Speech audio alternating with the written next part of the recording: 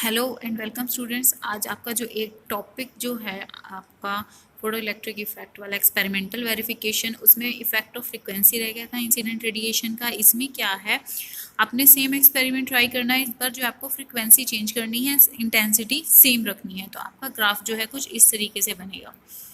Photo electric current और potential, यानी कि जो आप पोटेंशियल अप्लाई करोगे उस पर डिफरेंट फ्रीक्वेंसीज पर आपका ग्राफ जो है वो कुछ इस टाइप का होगा। इसमें क्या है कि जो स्टॉपिंग पोटेंशियल है वो डिफरेंट होगा for radiation of different frequency की रेडिएशन से जो है ग्राफ जो है वो स्टॉपिंग पोटेंशियल का वो डिफरेंट होगा। ये आपका स्टॉपिंग पोटेंशियल है, लेकिन ये ग्राफ में जो स्टॉपिंग पोटेंशियल है ये स्टॉपिंग पोटेंशियल की वैल्यू है। डिफरेंट फ्रीक्वेंसीज के लिए जो है वो डिफरेंट है, लेकिन जो स्टॉपिंग पोटेंशियल जो है वो ज़्यादा नेगेटिव होगा हायर फ्रीक्वेंसी। जैसे यहाँ पर ये फ्रीक्वेंसी की वैल्यू बढ़ रही है न्यू 1 न्यू 2 न्यू 3, तो उस हिसाब से जो है स्टॉपिंग पोटेंशियल नेगेटिव वोल्टेज होती है, तो ये नेगेटिव वोल्टेज की वैल्यू भी यहाँ से इंक्रीज हो रही है। और जो वैल्यू होगी सैचुरेशन करंट की वो डिपेंड करती है इंटेंसिटी ऑफ इंसिडेंट रेडिएशन, जो पहले भी बताया था, लेकिन इंडिपेंडेंट होती है frequency of the incident radiation. Frequency की इंडिपेंडेंट है। डिफरेंट फ्रीक्वेंसीज हैं, डिफरेंट फ्रीक्वेंसीज पर भी जो है आपका सैचुरेशन करंट सेम है, जबकि आपका जो stopping potential photo electric current increase हो रहा है तो आपका स्टॉपिंग पोटेंशियल भी जो है उसकी वैल्यू इंक्रीज हो रही है। तो ये आपका फ्रीक्वेंसी का इफेक्ट होगा आपके फोटो इलेक्ट्रिक करंट पर, या क्या तो इंसिडेंट रेडिएशन की फ्रीक्वेंसी का जो है आपके फोटो इलेक्ट्रिक करंट पर या एमिशन ऑफ फोटो इलेक्ट्रॉन्स पर क्या इफेक्ट होगा, ये आपका ये शो करता है। इसके बाद आपका एक टॉपिक और रहता है, वो है आपका डेविडसन एंड जर्मर एक्सपेरिमेंट जो है। इसकी आपके पास एक्सपेरिमेंटल डिटेल्स नहीं है, ओनली कंक्लूजन आपको इसमें सिर्फ करना है। ठीक है, इसमें क्या है, इसकी वर्किंग में आपका ये ग्राफ बनेगा कुछ इस तरीके से। आपका ये ग्राफ आएगा जर्मर एक्सपेरिमेंट का। इसमें क्या है, fine beam of accelerated electrons obtained from electron gun. आपने इसमें इलेक्ट्रॉन गन यूज की हुई है। इसका एक्सपेरिमेंटल सेटअप मैं आपको बता देती हूँ। इसमें एक फिलामेंट है एफ टंगस्टन का, जिसे बेरियम ऑक्साइड से जो है बेरियम ऑक्साइड से कोट किया हुआ है, और जिसको हीट करने के ऊपर जब उसे हीट करेंगे, जैसे आपके हीटर होता है उसमें भी आपके फिलामेंट्स होते हैं, टंगस्टन फिलामेंट्स होते हैं। तो जैसे उसे हम हीट करेंगे फ्रॉम लो टेंशन बैटरी, तो लार्ज नंबर ऑफ इलेक्ट्रॉन्स जो है वो एमिट करेगा, तो इसको हम इलेक्ट्रॉन गन बोल देते हैं। सी आपका जो एक होलोमेटेलिक सिलेंडर है, और जिसमें एक छोटा सा होल है, और ये सराउंडेड है फिलामेंट से, और ये नेगेटिव पोटेंशियल पर हमने इसे जो है रखा हुआ है।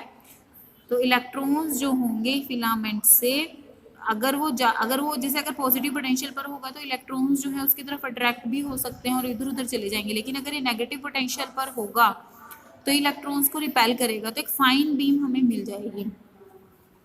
ठीक है, तो ये कैथोड की तरह काम करेगा। एक और सिलेंडर है, फाइन होल है अलोंग इट्स एक्सिस, ये पॉजिटिव पोटेंशियल पर होगा विद रिस्पेक्ट टू कैथोड, इसे हम बोलेंगे anode.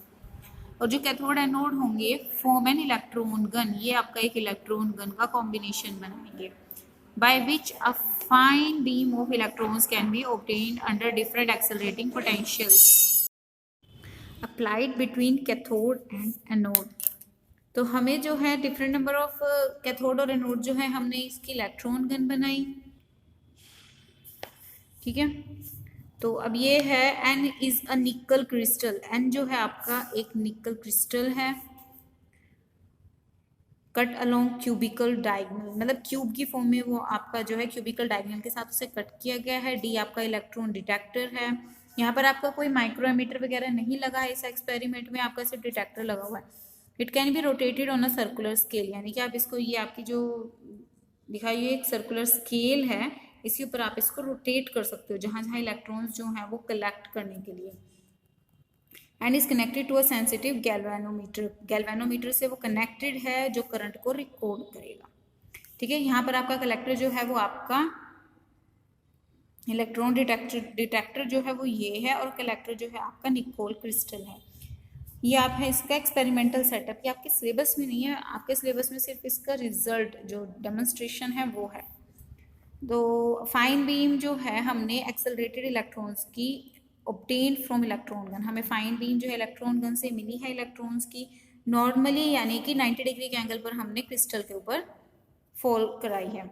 The incident electrons are scattered in different directions. Incident electrons जो है वो, अब इलेक्ट्रॉन्स है वो तो किसी भी डायरेक्शन में जा सकते हैं क्रिस्टल से जब वो निकलेंगे।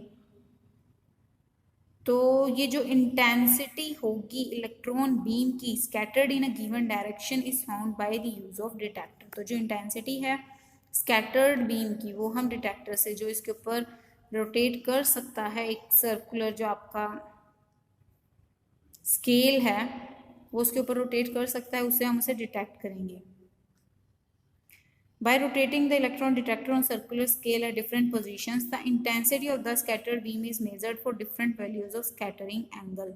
जो स्कैटरिंग एंगल है, डिफरेंट स्कैटरिंग एंगल्स के ऊपर जो है हम इलेक्ट्रॉन्स की जो पोजीशन है कि किस एंगल पर कितने इलेक्ट्रॉन्स जो हैं वो एमिट हो रहे हैं वो हम पता लगा सकते हैं angle between incident and scattered electron beam. तो इंसिडेंट और स्कैटर्ड इलेक्ट्रॉन बीम के बीच का एंगल हमें पता चल जाएगा। Experiment was perform by varying the accelerating voltage. 44 volt से 68 वोल्ट तक जो एक्सेलरेटिंग वोल्टेज को वेरी करके जो है एक्सपेरिमेंट परफॉर्म किया गया था। It was notice that at accelerating voltage 54 volt के ऊपर जो वेरिएशन है इंटेंसिटी की और स्कैटरिंग एंगल की वो इस टाइप की थी। ये आपका ग्राफ है। इंटेंसिटी जो है एंगल के बढ़ने के साथ साथ इंटेंसिटी बढ़ रही है और फिर कम हो रही है। 57 पर जो है ये पीक पर थी। From the graph it is noted that the accelerating voltage sharp peak है उसके ऊपर 57 और 54 वोल्टेज के ऊपर जो है आपकी शार्प पीक जो है यहाँ पर आपकी शो हो रही है।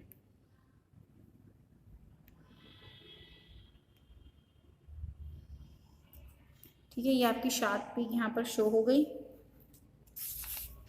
ये 54 वोल्टेज जब आपने वोल्टेज वेरी कर रहे हो 54 वोल्ट के ऊपर जो है ये शार्प पीक आपको मिलेगी। There is a sharp peak in the intensity, there is a sharp peak in the intensity of the scattered electrons for scattering angle। Scattering angle है आपका 50 डिग्री, यानी कि 50 डिग्री के एंगल पर जो है वो स्कैटर हो रही हैं और उस पर हमें शार्प पीक मिली है।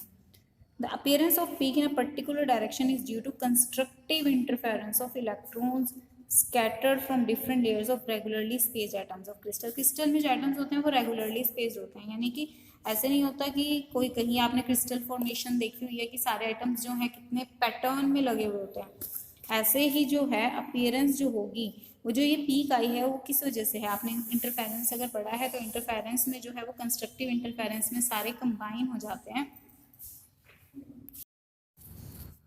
ठीक है, तो वो जो है कंस्ट्रक्टिव इंटरफेरेंस की वजह से एक पोजीशन पर जो है उसके एक एंगल की पोजीशन पर ज़्यादा इलेक्ट्रॉन्स जो हैं वो कलेक्ट हो जाएंगे, तो इसलिए हमें वहाँ पर वो पीक शो करेगा।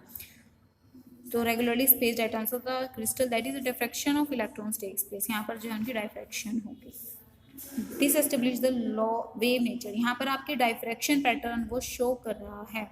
जो अपीयरेंस होगी पीक की पर्टिकुलर डायरेक्शन में वो किस वजह से थी, कंस्ट्रक्टिव इंटरफेरेंस की वजह से इलेक्ट्रॉन्स के।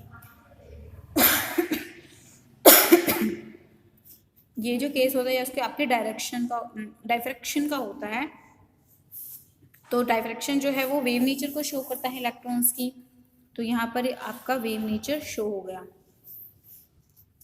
स्कैटरिंग एंगल है आपका 50 डिग्री और एंगल ऑफ ग्लैंसिंग यानी कि angle between the scattered beam of electron with the plane of atoms of crystal. तो ये जो है for the electron beam will be given by theta plus phi plus theta is equal to 180 degree. ये है आपका plane जिसके ऊपर fall on करेंगे इलेक्ट्रॉन्स, निकोल क्रिस्टल ये आपका प्लेन है। इसके साथ जो एंगल बन रहा है बीम का वो ये बन रहा है थीटा एंगल, और ये जो है स्कैटर ये आपकी इंसिडेंट बीम है, ये प्लेन के साथ जो है थीटा एंगल बना रही है, और ये आपकी स्कैटर्ड बीम है तो जो प्लेन के साथ जो इंसिडेंट बीम के साथ फाई एंगल बना रही है। तो जो इन तीनों का जो सम आएगा वो क्या आएगा, theta plus phi plus theta is equal to 180 degree. ठीक है, यहाँ से थीटा की वैल्यू आ जाएगी और इस केस में जो एंगल है वो 50 डिग्री है, फाई की वैल्यू 50 है तो ये 65 डिग्री आ जाएगा theta. Now for nickel crystal the inter atomic separation क्या होता है, यानी कि एटम्स के बीच में जो सेपरेशन होता है वो होता है 0.91 एंगस्ट्रॉम। और ब्रैग्स लॉ यहाँ पर हम लगाएंगे first order diffraction maxima. Bragg's law से 2d साइन थीटा जो होता है 1 इंटू में लैम्डा की इक्वल होता है, यहाँ से लैम्डा की वैल्यू आ जाएगी 2 इंटू में डी आपका 0.91 है और एंगल है आपका थीटा 65 डिग्री। तो यहाँ से लैम्डा जो है वो 1.65 एंगस्ट्रॉम आ जाएगा। अगर हम डी ब्रोगली हाइपोथेसिस की बात करें तो जो वेवलेंथ होती है वो क्या किसके इक्वल होती है, 12.27 under root of V divided by, तो ये आ जाएगी आपकी 1.66 एंगस्ट्रॉम। तो इससे क्या पता चल रहा है कि this shows that there is a close agreement with the estimated value of de Broglie wavelength. De Broglie wavelength जो है हमारे पास रिजल्ट में यही आई थी, and the experimental value determined by Davisson and Germer. जो वैल्यू हमारी डी ब्रोगली वेवलेंथ की वही हमें एक्सपेरिमेंटली भी मिली है। This proves the existence of de Broglie waves for the slow moving electrons. तो यहाँ से हमारी डी ब्रोगली वेव्स की जो एग्जिस्टेंस है वो प्रूव हो जाती है, ठीक है। और जो वेव नेचर थी वो जेपी थॉमसन ने दी थी with his experiment name JP Thomson's experiment. तो इन शॉर्ट ये जो आपका एक्सपेरिमेंट है ये वेव नेचर को कंफर्म करने के लिए किया गया था, डी ब्रोगली वेव्स की एग्जिस्टेंस के लिए आपका ये एक्सपेरिमेंट है। इसमें सिर्फ आपको इसकी वर्किंग ही करनी है और बेसिकली आपको रिजल्ट का ध्यान रखना है इसका। अगर इसमें कुछ नहीं समझ आया तो आप पूछ सकते हैं। Thank you.